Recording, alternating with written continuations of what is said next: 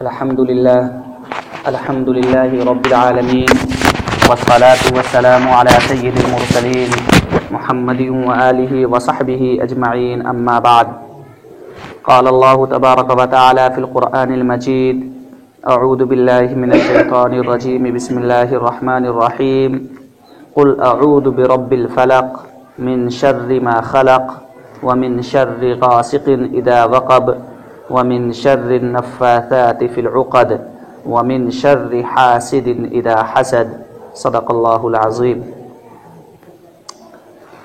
محترم حضرات، گزشتہ ہفتہ اسی سورت کی تفسیر کے لیے میدان ہموار کیا گیا تھا اور یہ بتلایا گیا تھا کہ اس سورت کی بہت اہمیت اور افادیت ہے، حتیٰ کہ خود نبی اکرم صلی اللہ علیہ وسلم اس سورت کو صبح و شام پڑھا کرتے تھے۔ جب بیمار ہوتے تھے تو پڑھ کر اپنے ہاتھوں پر پھونک کر پورے جسم پر ہاتھ پھیر لیا کرتے تھے، اور یہ بھی بتلایا گیا تھا کہ آپ صلی اللہ علیہ وسلم نے بعض دفعہ صحابہ کرام کو وصیت کی، تاکید کی کہ اس سورت کو صبح و شام پڑھا کرنا، کیونکہ صبح و شام اگر اس سورت کو پڑھ لو گے تو تمہارے لیے ہر مصیبت اور ہر تکلیف سے امان ہوگا۔ اور اس سورت کے نازل ہونے کی وجہ آپ صلی اللہ علیہ وسلم کا کے اوپر لبید ابن عاصم کا جادو کرنا تھا کہ آپ صلی اللہ علیہ وسلم جادو سے متاثر ہو گئے تھے، تو آپ اللہ رب العزت نے توڑ کے لیے ان دونوں صورتوں کو نازل فرمایا اور آپ صلی اللہ علیہ وسلم سے فرمایا کہ ان دونوں صورتوں کو پڑھا کیجیے۔ اللہ رب العزت نے قرآن کریم کو نازل کیا ہے۔ ظاہر ہے کہ اس کتاب میں کوئی شک نہیں ہے، کوئی شبہ نہیں ہے۔ اس قرآن میں 5 طرح کے مضامین ہیں، ٹاپکس ہیں، 5 طرح کے۔ اس قرآن میں ایک ٹاپک تو یہ ہے، ایک موضوع تو یہ ہے کہ پہلے گزرے ہوئے لوگوں کے حالات اور قصے بیان کیے جائیں۔ چنانچہ سورہ یونس ہے، سورہ یوسف ہے، اور حضرت موسیٰ علیہ السلام کے واقعات ہیں، حضرت آدم علیہ السلام کے واقعہ ہے، واقعہ بیان کرتے ہیں۔ ایک ٹاپک یہ ہے، ایک موضوع یہ ہے کہ قرآن کریم میں اللہ رب العزت گزرے ہوئے لوگوں کے، گزرے ہوئے انبیاء کے واقعات بیان کرتے ہیں تاکہ بعد میں آنے والے لوگ نصیحت حاصل کریں۔ دوسرا ٹاپک تذکیر بآلاء اللہ ہے، اللہ کی نعمتوں کو یاد دلانا، کہ اللہ کی نعمتوں کو یاد بندہ کرے۔ چنانچہ کہیں پر اللہ رب العزت نے فرمایا کہ ہم نے تمہارے لیے زمین بنائی، آسمان بنایا، چاند بنائے، سورج بنائے، تاکہ تم ان سب نعمتوں کو یاد کر کے اللہ رب العزت کا اقرار کرو اور اس کے حلقے میں آ جاؤ۔ 2 ہوئے۔ تیسرا ٹاپک قرآن کریم میں یہ ہے کہ اللہ رب العزت کی وحدانیت کا ذکر ہوگا۔ قل هو اللہ احد، کہہ دیجئے کہ اللہ ایک ہے، اور جگہ جگہ پر اللہ کے ایک ہونے کو بتلایا گیا کہ اللہ کے علاوہ کوئی معبود نہیں ہے، اللہ کے علاوہ کوئی خدا نہیں ہے۔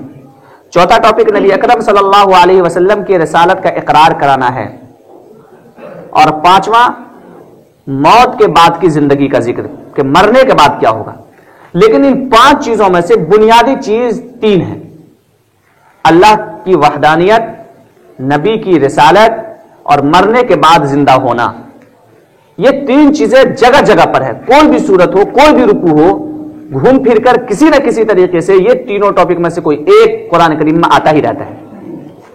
یا تو اللہ کی وحدانیت کے بارے میں آئے گا کہ اللہ ایک ہے، یا رسول کی رسالت کے بارے میں آئے گا کہ اسے آپ رسول تسلیم کریں، دنیا والے اسے رسول تسلیم کریں، یا پھر مرنے کے بعد والی زندگی کے سلسلے میں آئے گا کہ مرنے کے بعد کیا ہوگا، زندہ کیا جائے گا، سوال ہوگا، حشر ہوگا، اللہ رب العزت یہ پوچھیں گے اور اس کے بعد کی حالت کیا ہوگی۔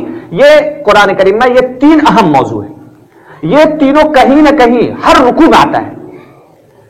چنانچہ یہ جو قل اعوذ برب الفلق من شر ما خلق ہے، اس میں بھی اللہ کی وحدانیت کا اقرار کروا رہے ہیں۔ اللہ کے رسول صلی اللہ علیہ وسلم سے کہہ رہے ہیں قل، پڑھیے، جیسے انگلش میں بولتے ہیں گو، حکم ہوتا ہے نا، بولے گو، ویسے ہی عربی میں امر کا صیغہ ہے، حکم کا صیغہ ہے یہ. قل، آپ پڑھیے. نبی اکرم صلی اللہ علیہ وسلم کو پڑھنے کی تاکید کر رہے ہیں، اور تاکید کون کر رہے ہیں؟ اللہ رب العزت کر رہے ہیں. اور اللہ رب العزت کا وعدہ کبھی جھوٹا نہیں ہوتا ہے. اللہ رب العزت نبی اکرم صلی اللہ علیہ وسلم سے کہہ رہے ہیں اے اللہ کے نبی آپ پڑھیے. اور نبی کے واسطے سے گویا کہ پوری امتیوں کو یہ سبق دیا جا رہا ہے کہ آپ پڑھیے. کیا پڑھیے؟ آگے جو چیزیں آ رہی ہیں اس کو پڑھیے. اعوذ برب الفلق، فلق کے معنی آتے ہیں ڈکشنری میں، اس کے معنی جو زمانہ جاہلیت میں، زمانہ جاہلیت سے مراد آپ صلی اللہ علیہ وسلم کے نبی ہونے سے پہلے جو عرب اس معنی، اس لفظ کو جس معنی میں استعمال کرتے تھے وہ تھا پھاڑنے کے معنی میں، کہ فلق کہتے ہیں پھاڑنے کو. لیکن بعد میں فلق کے معنی صبح کے ہونے لگے استعمال، کہ فلق کے معنی ہے صبح، کیونکہ صبح بھی اندھیرے کو پھاڑ کر نمودار ہوتا ہے، اندھیرے کو چیرتے پھاڑتے صبح نمودار ہوتا ہے. تو فلق کے معنی صبح اور رب کے معنی مالک.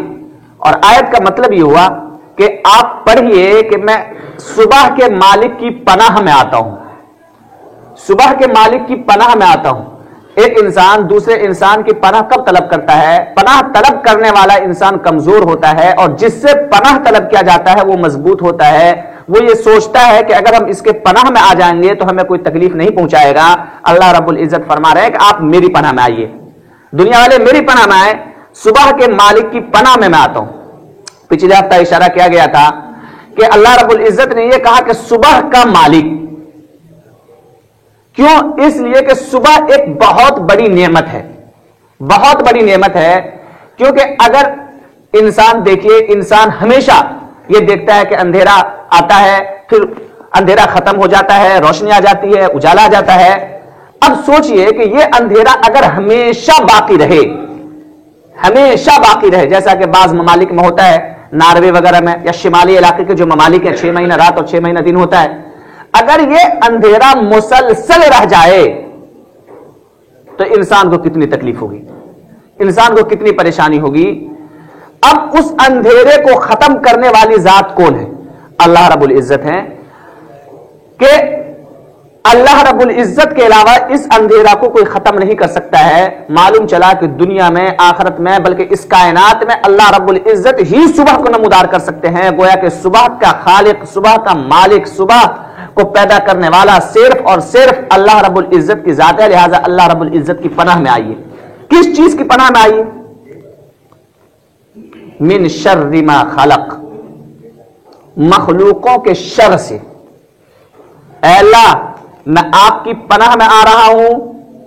آپ نے جتنی چیزوں کو پیدا کیا ہے، شیر، ہاتھی، کیڑے مکوڑے، سانپ، بچھو، شیطان، انسان، برے انسان، جنات، جتنے بھی چیزیں آپ نے پیدا فرمائی ہیں ان کے شر سے میں آپ کی پناہ میں آتا ہوں. اے اللہ یہ ہمیں کوئی تکلیف نہ پہنچانے پائے، ہمیں کوئی پریشانی یہ نہ پہنچانے پائے، ہمیں یہ کسی تکلیف سے دوچار نہ کرنے پائے. اللہ رب العزت نے فرشتے کو بھی پیدا کیا، جنات کو بھی پیدا کیا، شیطان کو بھی پیدا کیا، انسان کو بھی پیدا کیا. لیکن ان میں دو طرح کے افراد ہیں. کچھ تو ایسے ہیں جو خیر پہنچاتے ہیں جیسے فرشتہ، اور کچھ ایسے ہیں جو شر پہنچاتے ہیں جیسے شیطان. شر مانے تکلیف، انسان کو پریشان کرنا، وہ پہنچاتے ہیں جیسے شیطان. اور کچھ ایسے ہیں جو دونوں پہنچاتے ہیں. دونوں پہنچانے سے مراد انہی میں سے بعض اچھے ہوتے ہیں اور بعض برے ہوتے ہیں جیسے انسان. انسان میں سے بعض اچھے ہوتے ہیں اور بعض برے ہوتے ہیں. جنات میں سے بعض اچھے ہوتے ہیں بعض برے ہوتے ہیں. انسان جنات بالکل سیم ہے. اللہ رب العزت قیامت کے دن انسان کے بارے میں انسان سے بھی پوچھیں گے اور جنات سے بھی پوچھیں گے. انسان بھی مکلف ہے اور جنات بھی مکلف ہے. اللہ رب العزت نے انسان کو بھی عبادت کرنے کا حکم دیا ہے اور جنات کو بھی عبادت کرنے کا حکم دیا ہے. وما خلقت الجن والانس الا ليعبدون. ہم نے جنات کو اور انسان کو دونوں کو صرف اور صرف عبادت کے لیے پیدا کیا. تو جس طریقے سے انسان میں کچھ لوگ عبادت کرتے ہیں اور کچھ لوگ عبادت نہیں کرتے ہیں، اسی طریقے سے جنات میں کچھ لوگ عبادت کرتے ہیں اور کچھ لوگ عبادت نہیں کرتے ہیں. جس طریقے سے انسان میں کچھ لوگ اچھا کام کرتے ہیں، اسی طریقے سے جنات میں بھی کچھ لوگ اچھا کام کرتے ہیں. اور جو اچھا کام کرنے والے جنات ہوتے ہیں وہ کبھی کسی بدن پر سوار نہیں ہوتے ہیں، کسی کو پریشان آ کر کے وہ نہیں کرتے ہیں. کسی کے بدن پر سوار ہونے والا جنات وہ خبیث ہوتا ہے، وہ بدماش ہوتا ہے. اس کی مثال انسانوں میں لے لیجئے کہ جس طریقے سے انسان ایک بدماش ہوتا ہے، خواہ مخواہ کا کسی اچھے مہذب لوگوں کو بھی جا کر کے وہ پریشان کرنا شروع کر دیتا ہے. اس سے نہ اس کا کوئی لینا دینا ہوتا ہے، نہ کوئی رشتہ داری ہوتی ہے، خواہ مخواہ کو اس کو پریشان کرتا ہے. کبھی اس کے راستے میں جا کر کے کانٹا بچھا دیا، تو کبھی اس کے گھر پہ پتھر پھینک دیا، کبھی اس کے شیشہ کو توڑ دیا، کبھی اس کے گاڑی پہ شیشہ پھینک دیا، پریشان کرتا ہے. ویسے ہی جنات ہوتا ہے کہ جو برے ہوتے ہیں وہ شر پہنچاتے ہیں، جو اچھے ہوتے ہیں وہ شر نہیں پہنچاتے ہیں، بلکہ جو اچھے جنات ہوتے ہیں وہ کبھی کبھی مدد بھی کرتے ہیں انسانوں کے. جب انسان کبھی پریشان ہو جاتا ہے تو وہ جنات بسا اوقات غیر محسوس انداز میں اس کی مدد بھی کر دیتا ہے. انشاءاللہ من الجنۃ والناس میں اس کا تذکرہ کروں گا. تو جنات میں بھی دو قسم، انسان میں بھی دو قسم. تو اللہ رب العزت آپ صلی اللہ علیہ وسلم کو تعلیم دے رہے ہیں کہ اے اللہ کے رسول آپ پڑھیے کہ آپ نے جتنی چیزوں کو پیدا کیا ہے ان چیزوں میں سے جو چیزیں تکلیف پہنچانے والی ہیں اس سے میں آپ کی پناہ میں آتا ہوں، ہمیں کوئی چیز تکلیف نہ پہنچانے پائے. اس آیت سے ایک سبق تو یہ ملا کہ اس دنیا میں یقیناً تکلیف پہنچے گی. یہ جو دنیا ہے، دنیا تین ہے، دنیا تین ہے، تین طرح کی دنیا ہے. ایک دنیا تو ایسی ہے کہ جس میں کوئی تکلیف ہی نہیں ہے، کوئی تکلیف نہیں ہے اس میں، بس انسان کی خواہش ہو اور وہ چیز حاضر ہو جائے، جسے جنت کہتے ہیں، اسے عالم جنت کہتے ہیں. اور ایک دنیا ایسی ہے کہ جس میں تکلیف ہی تکلیف ہے، اچھائی کا کوئی سوال ہی نہیں ہے، نیکی کا اور خیر کا کوئی سوال ہی نہیں ہے، آرام کا کوئی سوال ہی نہیں ہے، شر ہی شر ہے. وہ ہے دوزخ، جہنم. کوئی انسان نہیں کہہ سکتا کہ ہم جہنم میں جائیں گے تو آرام سے رہیں گے یا کسی دن ہم آرام سے رہیں گے، وہ شر ہی شر ہے. اور ایک دنیا ایسی ہے جس میں دونوں ہیں، اچھائی بھی ہے، آرام بھی ہے، تکلیف بھی ہے، پریشانی بھی ہے، آسانی بھی ہے، سہولت بھی ہے، صعوبت بھی ہے. اسے کہتے ہیں دنیا جس میں ہم لوگ رہ رہے ہیں. اس دنیا کے اندر چاہے کوئی سرمایہ دار ہو، چاہے حاکم ہو، چاہے ڈاکٹر ہو، چاہے انجینئر ہو، چاہے مولوی ہو، چاہے مفتی ہو، چاہے نبی ہو یا ولی ہو، پیغمبر ہو، کسی بھی رتبے کا آدمی ہو، یقینی طور پر اس کو کبھی تکلیف پہنچتی ہے اور کبھی اسے خوشی میسر آتی ہے. اللہ کے نبی صلی اللہ علیہ وسلم کو بھی تکلیف پہنچی، حتیٰ کہ اللہ کے رسول صلی اللہ علیہ وسلم نے یہ فرمایا کہ دنیا میں جتنے پیغمبر آئے ہیں ان پیغمبروں کے مقابلے میں جتنی تکلیف مجھے پہنچی ہے مجھ سے پہلے والے پیغمبروں کو نہیں پہنچی. اب سوچئے کہ اللہ کے رسول صلی اللہ علیہ وسلم کو کتنی تکلیف پہنچی ہوگی کہ وہ کہہ رہے تو تکلیف نبی کو بھی پہنچی، تکلیف ولی اور بزرگوں کو بھی پہنچتی ہے، صحابہ کرام کو بھی پہنچی اور آسانیاں بھی ان کو فراہم ہوئی. تو گویا کہ اس میں تکلیف پہنچے گی، لیکن اللہ رب العزت یہ سبق دے رہے ہیں کہ جب تمہیں تکلیف پہنچے تو آہو فغا مت کرنا، رونا چلانا مت، غیروں کے ہتھ کنڈے کا شکار مت ہو جانا،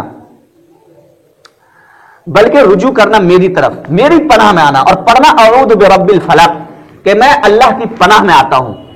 اللہ کی پناہ میں آنے کا مطلب کہ تم مجھ ہی سے دعا کرنا کہ اے اللہ میں اس تکلیف کے برداشت کرنے کا مکلف نہیں ہوں، میں اس تکلیف کو نہیں برداشت کر سکتا ہوں، اللہ مجھ سے اس تکلیف کو دور کر دیجیے.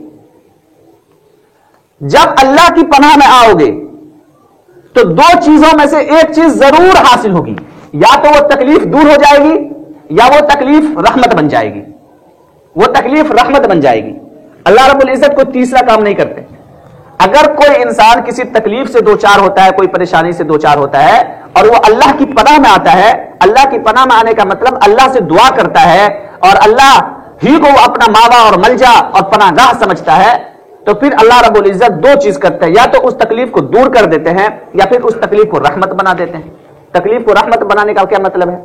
تکلیف کو رحمت بنانے کا مطلب یہ ہے کہ جب اس انسان کو تکلیف پہنچی ہے اور وہ آہو فقا نہیں کر رہا ہے، اللہ رب العزت کی ذات پر وہ بھروسہ کیے ہوا ہے کہ اللہ ہی ہمیں ختم کرے گا اس تکلیف کو، تو اللہ رب العزت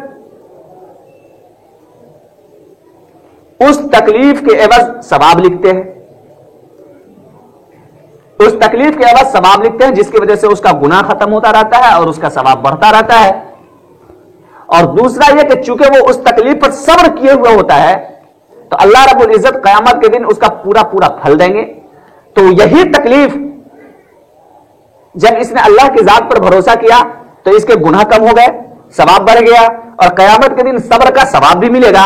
انما یوفی الصابرون اجرهم بغیر حساب، قرآن کی آیت ہے کہ صبر کرنے والے کو اللہ رب العزت قیامت کے دن بغیر حساب کے ثواب دیں گے، بغیر حساب کے، کوئی حساب ہی نہیں ہے۔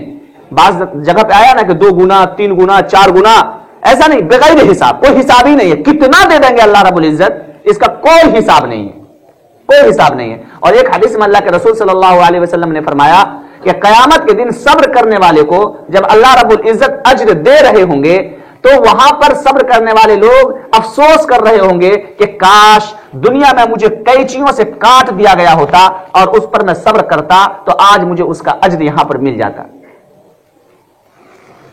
تو یہ کب حاصل ہوگا؟ جب اللہ کی ذات پر ہم بھروسہ کریں گے، اللہ کی ذات پر ہم بھروسہ کریں گے۔ یہ باتیں مثال سے میں سمجھاتا ہوں۔ حضرت یوسف علیہ نبینا علیہ الصلوۃ والسلام ایک پیغمبر ہے، نبی ہے، وہ ایک نبی کے بیٹے ہیں حضرت یعقوب علیہ الصلوۃ والسلام کے۔ حضرت یوسف علیہ الصلوۃ والسلام بہت خوبصورت تھے۔ حضرت یعقوب علیہ الصلوۃ والسلام کی 2 اہلیہ تھیں، 2 زوجہ تھیں، 2 بیوی تھیں۔ پہلی بیوی سے 10 لڑکے تھے اور دوسری شادی جب ہوئی تو دوسری سے 2 بیٹے ہوئے، حضرت یوسف علیہ الصلوۃ والسلام اور حضرت بنیامین علیہ الصلوۃ والسلام۔ تو وہ پہلے گھر کے جو 10 بیٹے تھے وہ تو سوتیلے بھائی ہوئے حضرت یوسف علیہ الصلوۃ والسلام کے، اور حضرت یوسف علیہ الصلوۃ والسلام بہت خوبصورت انسان تھے، بہت خوبصورت بچے تھے، ہونہار تھے، ظاہر ہے اللہ کو نبوت دینا تھا تو ہونہار ببوا کے چکنے چکنے پات، ایک محاورہ ہے کہ جس بچے کو ہونہار بننا ہوتا ہے بچپن ہی سے اس کے اندر وہ خوبو پائی جاتی ہے۔ حضرت یوسف علیہ الصلوۃ والسلام کو چونکہ اللہ رب العزت کو نبی بنانا مقصود تھا لہٰذا ان کے اندر ہونہاری بھی داخل کر دی تھی۔ اب ان کے بھائی ان سے جلنے لگے۔ اب دیکھیں کہاں کہاں حضرت یوسف علیہ الصلوۃ والسلام کو پریشان کیا گیا، کنویں میں ڈالا گیا۔ حضرت یوسف نے کہا قال معاذ اللہ، اللہ کی پناہ میں آ رہا ہوں، اللہ کی پناہ میں آ رہا ہوں۔ اللہ کی پناہ میں حضرت یوسف علیہ الصلوۃ والسلام گئے، کنویں سے نکلے، مصر کے بازار میں فروخت کیا گیا۔ اللہ کو حضرت یوسف علیہ الصلوۃ والسلام نے ماوا اور ملجا بنایا، اللہ رب العزت نے وہاں پر ان کو وزیر خزانہ بنا دیا، خزانہ منتری بنا دیا۔ اور پھر وہاں پر حضرت زلیخا جو مصر کے جو بادشاہ تھے، مصر کا جو بادشاہ تھا اس کی بیوی تھی حضرت زلیخا۔ حضرت زلیخا حضرت یوسف علیہ الصلوۃ والسلام پر فریفتہ ہو گئی، محبت کرنے لگی اور وہ دعوت گناہ دینے لگی حضرت یوسف علیہ الصلوۃ والسلام کو کہ میرے ساتھ بدکرداری کرو، بدکاری کرو۔ حضرت یوسف علیہ الصلوۃ والسلام تیار نہیں ہوتے تھے، تیار نہیں ہو رہے تھے۔ زلیخا نے کہا کہ اگر تیار نہیں ہو گئے تو میں تجھے بدنام کر دوں گی اور میں شور مچا دوں گی کہ یہ میری عزت پر ہاتھ ڈال رہا تھا۔ پھر بھی حضرت یوسف علیہ الصلوۃ والسلام تیار نہیں ہوئے تو حضرت یوسف علیہ الصلوۃ والسلام اس سے بچنے لگے، کترانے لگے، لیکن ظاہر خادم تھے، جب بلاتی تھی تو وہ جانا ہی پڑتا تھا۔ ایک بار زلیخا نے ایک چال چلی، آتا ہے کتابوں میں لکھا ہے کہ جو محل تھا اور جس جگہ حضرت یوسف کو بلائی اس جگہ تک پہنچنے کے لیے 7 دروازہ پڑتا تھا۔ زلیخا نے تقریباً ہر دروازے میں یوسف علیہ السلام کے داخل ہونے کے بعد تالا لگاتی چلی گئی اور آخری حصے میں پہنچ کر ان کو بدکرداری کی دعوت دی، بدکرداری کی دعوت دی، بدکاری کی دعوت دی۔ حضرت یوسف علیہ الصلوۃ والسلام بھاگنے لگے اور جس دروازے کے تالا پر ہاتھ رکھتے تھے ظاہر اللہ کی مدد شامل حال تھی، اللہ کی پناہ میں حضرت یوسف علیہ الصلوۃ والسلام گئے ہوئے تھے، اللہ ہی ان کا دیکھ بھال کرنے والا تھا، بچانے والا تھا۔ جس تالا پر ہاتھ رکھتے تھے وہ تالا کھلتا چلا جاتا تھا، کھلتا چلا جاتا تھا۔ آخری دروازہ پر آئے، زلیخا پیچھا کر رہی تھی، انہوں نے دامن پکڑا حضرت یوسف علیہ الصلوۃ والسلام کا، پیچھے سے دامن پکڑا، دامن پھٹ کر حضرت یوسف علیہ الصلوۃ والسلام کا زلیخا کے ہاتھ میں آ گیا اور زلیخا پھر چلانے لگی کہ میری عزت لٹ گئی، میری عزت لٹ گئی، یہ بدکاری کرنے آیا تھا، چلانے لگی۔ پھر اس وقت کا جو قاضی تھا انہوں نے ایک فیصلہ سنایا کہ زلیخا سچی ہے یا یوسف سچا ہے. یوسف کہہ رہے ہیں کہ میں نے اس کے ساتھ بدکاری نہیں کی, زلیخا کہہ رہی ہے کہ میرے ساتھ بدکاری کی. اب یہ گواہ کوئی بھی نہیں ہے, اس لیے ایک چھوٹا سا بچہ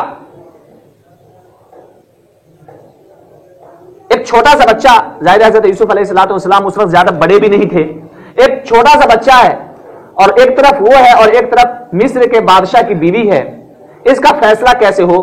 تو اس وقت کا جو قاضی تھا, اس وقت کا جو مکھیا تھا, انہوں نے یہ فیصلہ سنایا کہ ان کان قمیص قد من قبل فصدقت وهو من الكاذبین وان کان قمیص قد من دبر فكذبت وهو من الصادقین. کہ اگر حضرت یوسف علیہ الصلوۃ والسلام کا دامن آگے سے پھٹا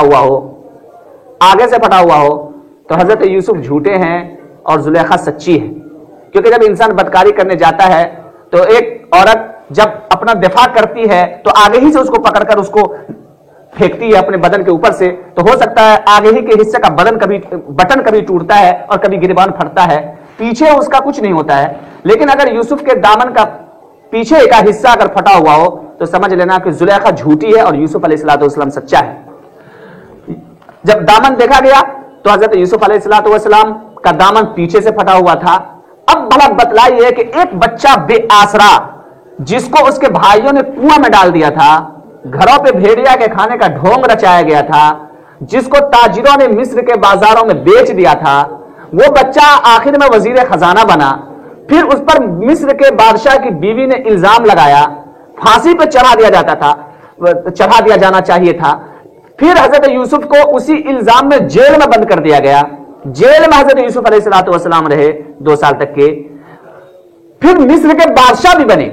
ایک بے آسرا بچہ, ایک معنی میں کہہ لیجیے کہ یتیم بچہ, اگرچہ حضرت یعقوب علیہ الصلوۃ والسلام کا انتقال نہیں ہوا تھا, لیکن ایک معنی میں جب باپ سے بچہ جدا ہو گیا, الگ ہو گیا, ایک یتیم بچہ. لیکن جگہ جگہ پر سورہ یوسف آپ پڑھیے, قال معاذ اللہ, میں اللہ کی پناہ میں آ رہا ہوں, اللہ کی پناہ میں آ رہا ہوں. جو اعوذ ہے معاذ اللہ کی پناہ میں آ رہا ہوں. حضرت نبی اکرم صلی اللہ علیہ وسلم, ایک قبیلہ تھا یہودیوں کا مدینہ میں, بنو نذیر ایک قبیلہ تھا. آپ صلی اللہ علیہ وسلم گئے اس سے صلح کرنے کے لیے, بنو نذیر سے معاہدہ کرنے کے لیے. یہودی شروع ہی سے شاطر دماغ ہوا ہے, شروع ہی سے عیار واقع ہوا ہے. وہ آج کل میں اسرائیل کیا کر رہا ہے, شروع ہی سے یہ مکار ہے.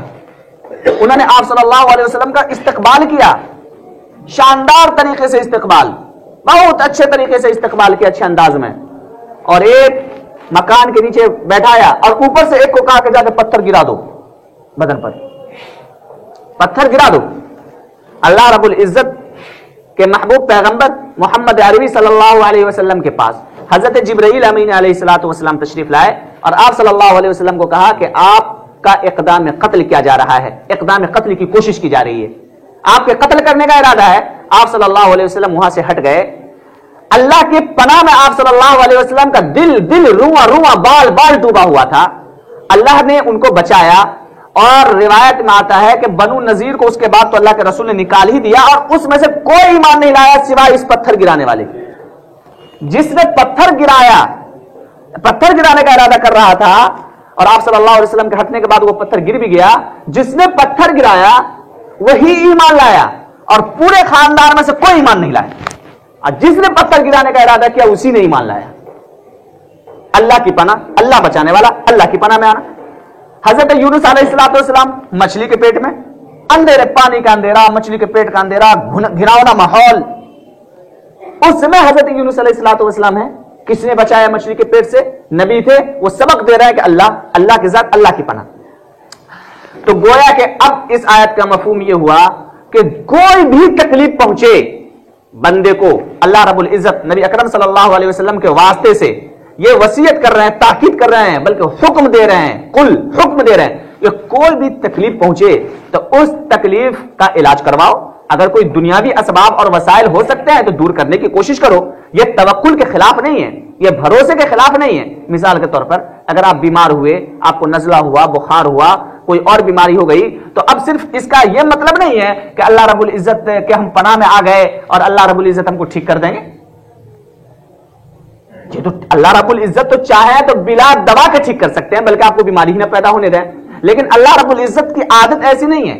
اللہ رب العزت اسباب کو اختیار کرنے کے لیے کہتے ہیں، سبب کو اختیار کرنے کے لیے کہتے ہیں، دوا تم کراؤ ٹھیک میں کروں گا، دوا تم کراؤ ٹھیک میں کروں گا۔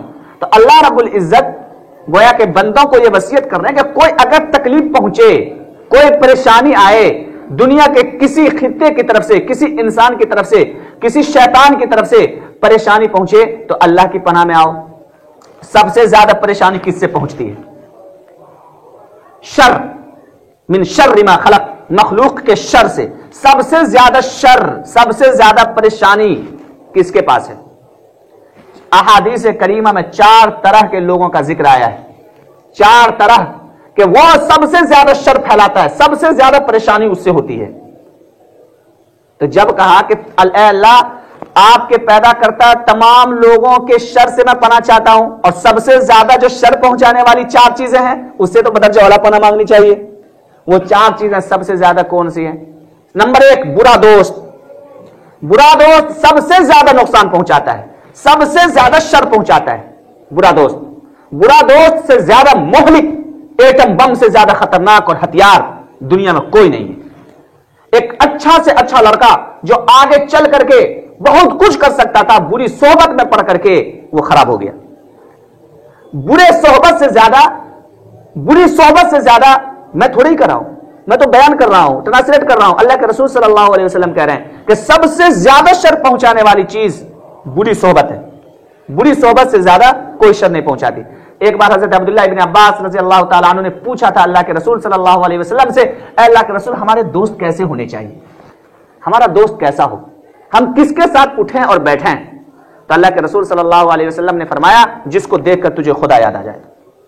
ایسے لوگوں کے ساتھ رہو کہ جس کو دیکھ کر تجھے خدا یاد آ جائے، یا پھر ایسے لوگوں کے ساتھ رہو کہ جس کے پاس اگر تم بیٹھو تو تمہارے علم میں اضافہ ہو، تمہارے علم میں اضافہ ہو، یا پھر ایسے لوگوں کے ساتھ بیٹھو کہ جس کے پاس اگر تم رہو تو تجھے آخرت کی یاد آ جائے، آخرت کی یاد آ جائے، خدا کی یاد آ جائے، یا تمہارے علم میں اضافہ ہو، ایسے کو دوست چنو۔ اور ایسا دوست جو ہمیں ناچ کی طرف لے جائے، گانے کی طرف لے جائے، فلم کی طرف لے جائے، عیاشی فحاشی کی طرف اگر لے جائے تو یاد رکھ لیجئے 1,24,000 انبیاء کرام علیہم الصلوۃ والسلام کے سردار محمد عربی صلی اللہ علیہ وسلم کی زبان سے نکلی ہوئی یہ بات کبھی غلط نہیں ہو سکتی کہ انسان کو سب سے زیادہ جو شر پہنچتی ہے وہ برے دوست سے۔ نمبر 2،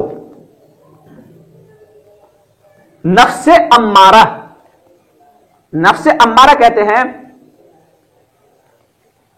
نفس کی 3 قسمیں ہیں، نفس امارہ، نفس لوامہ، نفس قائمہ۔